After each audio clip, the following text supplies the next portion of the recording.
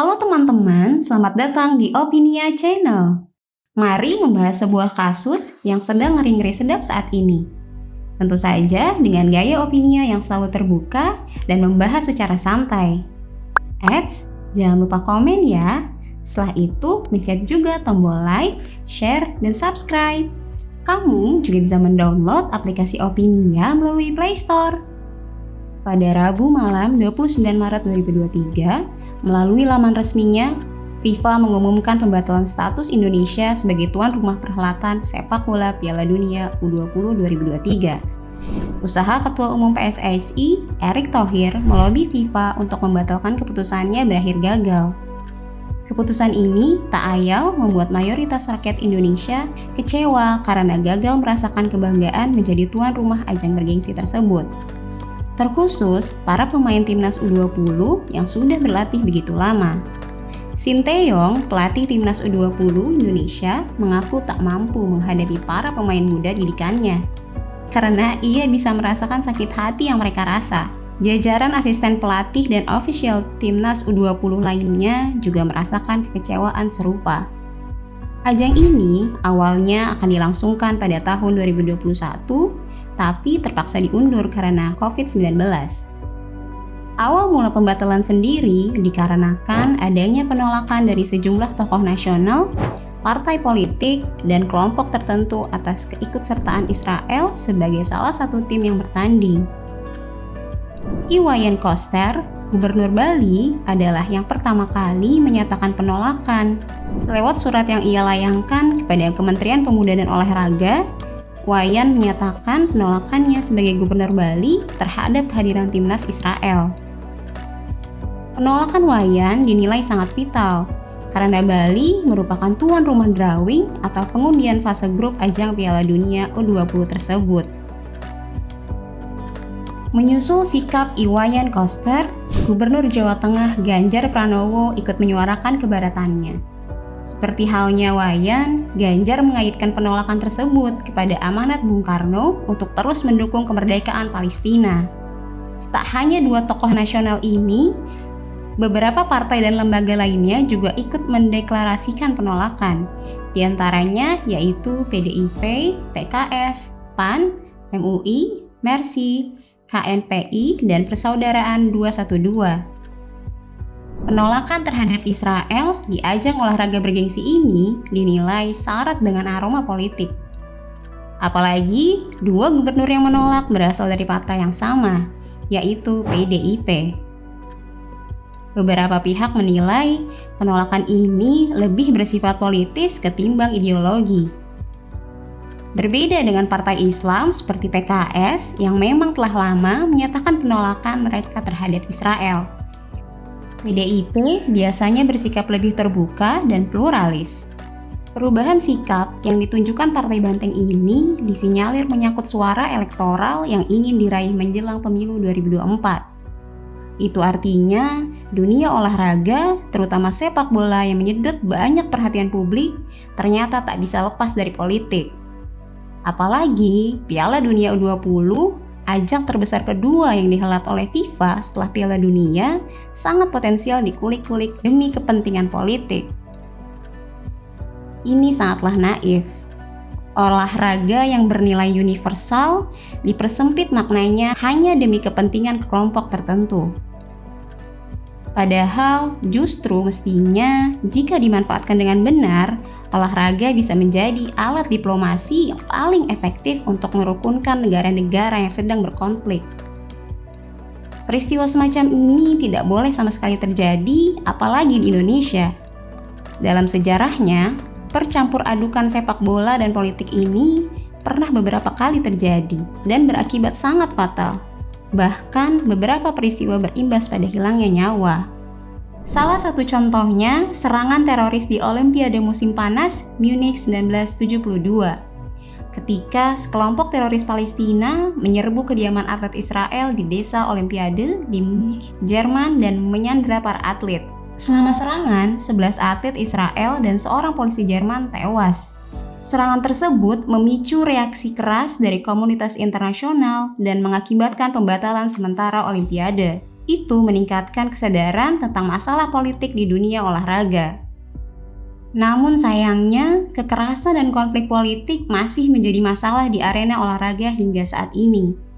Beberapa contoh lain di mana atlet dan tim olahraga menjadi sasaran politisasi dan menjadi korban dari tindakan kekerasan atau diskriminasi. Terutama di tempat-tempat di mana ada konflik politik yang sedang berlangsung, antara lain Perang Kosovo. Selama konflik di Kosovo pada tahun 1990-an, tim nasional sepak bola Kosovo tidak diakui oleh FIFA. Kosovo yang memiliki populasi mayoritas etnis Albania secara de facto merdeka dari Serbia pada tahun 1999 setelah intervensi NATO. Namun, Serbia masih mengklaim Kosovo sebagai wilayah yang tak terpisahkan dan tidak mengakui kemerdekaannya. Selama konflik, pemain dan penggemar dari kelompok etnis Albania di Kosovo sering menjadi target kekerasan oleh kelompok nasionalis Serbia. Ada juga laporan bahwa pemain sepak bola Kosovo yang bermain di klub Serbia dianiaya dan dilecehkan oleh penggemar yang membenci etnis Albania. Kendati situasi sudah jauh membaik sejak perang berakhir, masih ada beberapa kontroversi di sekitar status Kosovo di dunia olahraga internasional. FIFA secara resmi mengakui Kosovo pada 2016, memungkinkan tim nasional Kosovo untuk berpartisipasi dalam pertandingan internasional. Namun, beberapa negara seperti Rusia, Spanyol, dan Serbia masih menolak mengakui kemerdekaan Kosovo dan menganggap keikutsertaan mereka di turnamen internasional sebagai masalah politik yang sensitif. Konflik Israel-Palestina. Tim olahraga Israel sering menjadi sasaran serangan dan diskriminasi dalam beberapa acara olahraga internasional, terutama di negara-negara di mana ada ketegangan politik antara Israel dan negara tersebut. Salah satu contohnya, ketika atlet Israel yang berpartisipasi dalam Olimpiade Tokyo 2020 menjadi sasaran kecaman dan penghinaan oleh atlet dan pejabat dari negara-negara Arab. Di sisi lain, atlet Palestina juga menghadapi kesulitan dalam mengikuti acara olahraga internasional karena masalah visa dan pembatasan perjalanan. Selama beberapa tahun terakhir, atlet Palestina telah dilarang melakukan perjalanan ke beberapa acara olahraga internasional, terutama ketika acara tersebut diselenggarakan di Israel. Ada juga laporan bahwa Israel sering menghalangi gerakan dan perjalanan atlet Palestina di wilayah yang diduduki. Konflik Ukraina-Rusia. Setelah konflik Rusia-Ukraina pada 2014, tim olahraga Ukraina sering menjadi sasaran tindakan diskriminasi dan boikot dari Rusia. Hal ini terutama terjadi pada Olimpiade musim dingin Pyeongchang 2018 di Korea Selatan, di mana beberapa atlet Ukraina dilarang berpartisipasi oleh Rusia atau tidak diberikan visa untuk memasuki Rusia. Selain itu, atlet Ukraina juga telah mengalami intimidasi dan ancaman dari pihak Rusia dalam beberapa acara olahraga internasional, terutama di negara-negara yang memiliki hubungan dekat dengan Rusia. Ada juga beberapa kasus di mana atlet Ukraina dilarang mengibarkan bendera Ukraina atau memakai simbol-simbol nasional mereka di acara olahraga.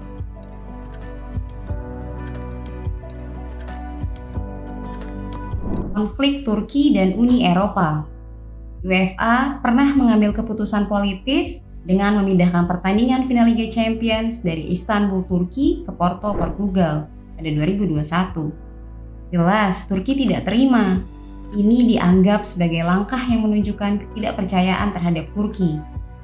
Imbasnya, keputusan itu kian memperburuk hubungan diplomatik antara Turki dan Uni Eropa yang sedang tegang pada saat itu. Meski UEFA berargumen bahwa keputusan tersebut diambil karena adanya kekhawatiran keamanan dan kesehatan terkait kasus pandemi COVID-19 di Turki yang sedang meningkat, tapi sesungguhnya pemicu utamanya ialah perseteruan Uni Eropa dengan pemerintah Turki yang dipimpin Presiden Recep Tayyip Erdogan. Uni Eropa menganggap kebijakan internal dari luar negeri Turki tidak sejalan dengan kebijakan Uni Eropa. Mereka mengkritik keras tindakan Erdogan dalam membatasi kebebasan pers dan menangkap wartawan, aktivis hak asasi manusia, serta politikus oposisi. Mereka juga mengecam kebijakan Turki terkait imigrasi, seperti menutup perbatasan dengan Suriah dan mendeportasi pengungsi secara paksa. Belum lagi perbedaan pendapat Uni Eropa dengan Turki terkait kebijakan luar negeri seperti konflik di Suriah dan Libya. Tegangan antara Uni Eropa dan Turki inilah yang menjadi penyebab kuat dibatalkannya Turki sebagai tuan rumah final Liga Champions UEFA 2021. Peristiwa-peristiwa kontraproduktif ini terjadi menunjukkan olahraga masih terjebak dalam masalah politik dan konflik. Alih-alih olahraga sebagai sarana pendamai, justru kerap dijadikan sebagai wadah untuk mengekspresikan ketegangan politik dan konflik antar negara.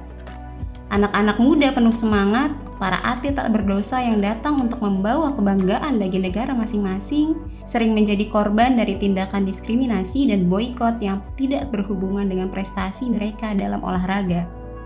Ini harus menjadi perhatian semua pihak. Olahraga harus tetap menjadi arena yang aman dan adil bagi semua orang tanpa memandang latar belakang politik, etnis, atau agama. Ini menjadi pembelajaran kita juga di Indonesia. Hal naif, pencampur adukan politik dan olahraga, apalagi di ajang olahraga besar dunia, mestinya tidak boleh terjadi di negeri yang dikenal ramah dan santun ini. Event yang digadang-gadang dan dibanggakan, dipersiapkan sejak lama agar Indonesia bisa menjadi tuan rumah, luluh lantak oleh kepentingan politik sesaat segelintir kelompok. Tapi, apapun itu, hal ini harus menjadi pembelajaran bagi kita semua. Tidak boleh peristiwa fatal ini terjadi lagi. Sudah saatnya semua orang, terutama para pemimpin, bersikap lebih dewasa, lebih memikirkan kepentingan masyarakat umum dibandingkan memperturutkan ego perseorangan atau kelompok. Sampai di sini dulu pembahasan kita. Maju terus olahraga Indonesia!